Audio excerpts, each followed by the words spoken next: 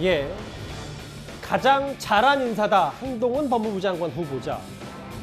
민주당 말고 정의당도 한동훈 후보자를 낙마 대상으로 삼은 것 같습니다. 그런데 김종인 전 비대위원장이 한동훈 후보자를 평가한 내용이 좀 눈에 띕니다. 화면부터 만나보겠습니다. 전반적인 그 내각의 인선이 일반 국민에게 큰 감흥을 주지는 못한 것 같아요. 국민이 생각하기에 그래도 조금 신선한 맛이라도 있는 사람이 내가 보기에 이번 당뇨 인선 중에서 한동훈이라고 나요. 당선인과 비교적 가까운 관계에 있기 때문에 오히려 당선인이 어떠한 다른 방향으로 가는 걸 갖다 시정할 수 있게 말을 할 수 있는 유일한 사람이 한동훈이 아닌가 라는 생각을 해요. 대통령과 친밀한 사이인 것 같으면은 참 대통령의 얘기도 반대할 수 있는 그런 용기를 낼 수 있다고 생각해요. 국민들은 민생 현안들은 다 잡아먹었던 추운 갈등 시즌2를 보고 싶지 않습니다. 민주당과 정의당은 낙마 1순위로 한동훈 후보자를 삼았다. 근데 김종인 전 비대위원장의 평가가 눈에 띕니다. 신선한 인선이고 윤석열 당선인에게 쓴소리를 할 유일한 사람이다. 동의하십니까?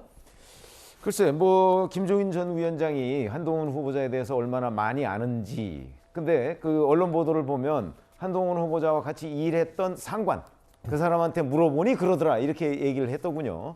글쎄, 저는 그런 사람한테 물어보지는 않아서, 다만 이제 제가 법조에 같이 일했던 사람들한테 물어보면 수사를 굉장히 철저히 한다. 이렇게는 얘기를 했는데, 신선하다는 거는요, 저는 어떤 의미에서 이렇게 얘기했는지 모르겠으나 저는 신선하다는 것보다는 약간 예상 밖이었다 이렇게 생각을 하거든요. 그건 상당한 차이가 있습니다. 그다음에 대통령한테 맹종하는 스타일이 아니다라고 하는 거는 본인이 얘기를 했었죠. 자기는 윤석열 당선인한테 맹종하지 않는다. 근데 그거는 맹종하지 않을지 쓴소리를 할지 그건 우리가 좀 두고 봐야 되는 것이고요. 지금까지의 두 사람의 관계를 보면 글쎄요 맹종까지는 저희가 확인한 바가 없으나 적어도 윤석열 당선인의 거의 우리가 흔한 얘기로 아바타라고 할 수 있을 정도로 가까운 사이인 것만은 틀림없는 것으로 보이거든요.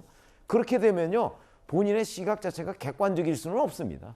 그런 차원에서 본다면 김종인 전 위원장의 저런 동의에 대해서 저는 완벽하게 생각이 같다 이렇게 얘기할 수는 없습니다.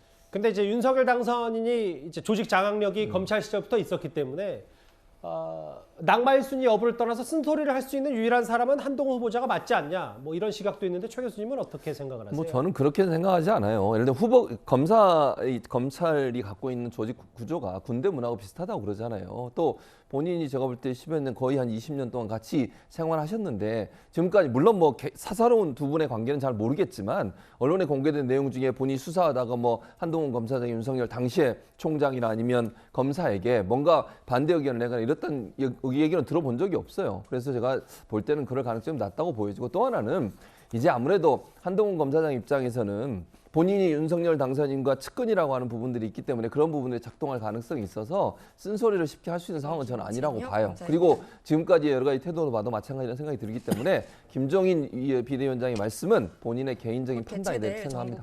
최 교수님 말을 좀 끝까지 들었고 잠시만요. 서초동으로 가보겠습니다. 현재 불과 평검사회에 관련된 브리핑이 있는 것 같은데요. 마이크를 현장으로 넘기겠습니다. 형사법 체계 근간을 다시 한번 바꾸는 입법 절차가 진행 중에 있습니다.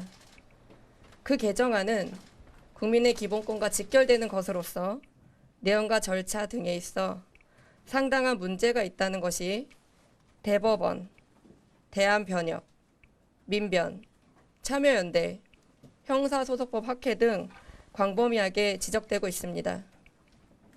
이는 형사사법 현장에서 실무를 담당하는 평검사들도 개정에 대한 문제점을 인식하고 검찰 내부망을 통해 다양한 의견을 개진하고 있습니다.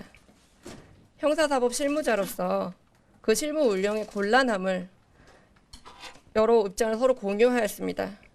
이에 전국 각청 검사들의 동의를 받아 근본 전국 평검사 대표회의를 개최하게 되었습니다. 주요 안건은 검수완박 법안의 문제점 및 그 대응 방안입니다. 안건 자체에 대해서 제한을 두지 않고 전국 평검사들의 총의를 모아보는 자리입니다. 금일 회의는 비공개로 진행될 예정이오니 이 점에 대한 널리 양해를 부탁드립니다. 참고로 금일 회의는 검사들이 일과 후에 업무에 지장을 받지 않는 범위 내에서 참석하고 있음을 말씀드리겠습니다. 여기까지 일단 말씀드리도록 하겠습니다.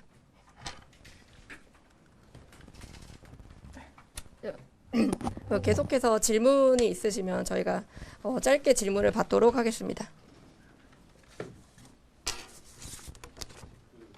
직접 보안 수사를 못하는 부분이 못하고 보안 수사 요구만 할 수 있는 부분이 문제라는 점을 검찰의 여러분이나 대검찰청 공식 입장이나 이런 것까지를 통해서 지적이 되어 왔는데요. 실제로 지금 실무를 하고 계신 평검사시니까 수사권 조정 이후에 작년에 직접 보안 수사를 하셨던 경험이나 몇 차례 정도씩 하는지 보안 수사 요구하고 대비해서 예. 직접 수사가 19년 만에 전국 평검사 회의가 잠시 뒤 7시부터 진행이 되고 뭐 얘기를 하자 보면 뭐 끝장 토론 형식으로 비공개 민주당에 맞서서 민주당의 검수완박에 맞서서 전국 평검사 150여 명 정도가 의견을 모으고 아마 이 논의는 새벽까지 이어질 것으로 보이는데요. 속보자만 잠시 한번 다시 부탁드려도 될까요? 예. 한번 다시 보여주시겠어요? 그 내용만 일단 정리하고 잠시 뒤에 뭐 저희가 해당 주제를 준비하고 있으니까요. 형사법 체계 근간을 바꾸는 입법 절차가 국회에서 진행 중인데, 예, 검수완박의 문제점과 대응 방안을 논의할 것이다. 예, 속보 뭐 안건 제한 두지 않고 평검사들의 의견을 모을 것이다라고 얘기했고요. 속보는 여기까지만 제가 읽겠습니다. 예. 잠시 뒤에 이어지는 주제에서 이 얘기 저희가 심층적으로 만나보도록 하고요. 서초동과 관련이 있는 뭐 검수완박과도 관련이 있는 한동훈 법무부 장관 후보자 얘기 하나만 더 짚고 다음 주에 넘어가도록 하겠습니다. 이현정 의원님. 네. 그 민주당에서 의혹 제기하고 있는 부분이 뭐 농지법 위반 논란과 전세금 40% 인상 논란 두 가지가 있는데 오늘 일부 보도를 보니까 한동훈 후보자 서초구 집에 새들어 사는 분이 인터뷰를 한 적이 있나 봐요. 근데 오히려 인상이 아닌 인하를 해준 것이다. 이 의혹에 대해서 당사자가 좀 일축을 했습니다. 그렇죠. 그러니까 우리가 한동훈 후보자 같은 경우는 원래 서울의 삼풍 아파트를 소유하고 있다가 그거를 전세를 주고 지금 타워팰리스로 이제 전세를 살고 있는데요. 그 본인이 살고 있던 삼풍 아파트에 이제 세를 들어온 분, 이분 같은 경우 원래 이제 계약을 하면서 45%를 높였다는 거 아니겠습니까? 당시 아시겠지만 임대차 3법 때문에 당시에 전세 가격이 굉장히 폭등을 했습니다. 더군다나 이제 이게 2년 계약을 할 경우 5%밖에 못 올린다는 이제 규정이 있었어요. 근데 이분 같은 경우는 거기에 해당되지 않는 게 뭐냐면 본인이 이제 해명을 한 게 내가 이제 이사를 가겠다고 나왔는데 문제는 본인이 원래 또 가지고 있는 집의 이 상황과 좀 이게 같이 안 어울렸던 모양입니다.